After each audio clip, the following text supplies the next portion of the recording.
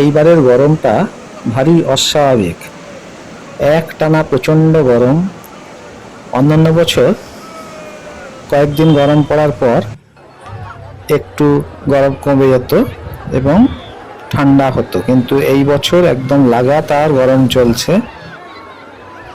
তাই এই গরমে সমুদ্র উপকূল বা ওয়াটার পার্কই এখন সবচাইতে ভালো বেড়ানোর জায়গা। আমিও কদিন আগে ঘুরে আসলাম আমাদের পশ্চিমবঙ্গের সবচাইতে জনপ্রিয় সমুদ্র উপকূল দীঘা থেকে। আসুন দীঘা সমুদ্রের কিছু মুহূর্তের ছবি আপনাদের সামনে রাখলাম। এই গরমে আপনারাও দেখে মনে শান্তি পাবেন। ধন্যবাদ।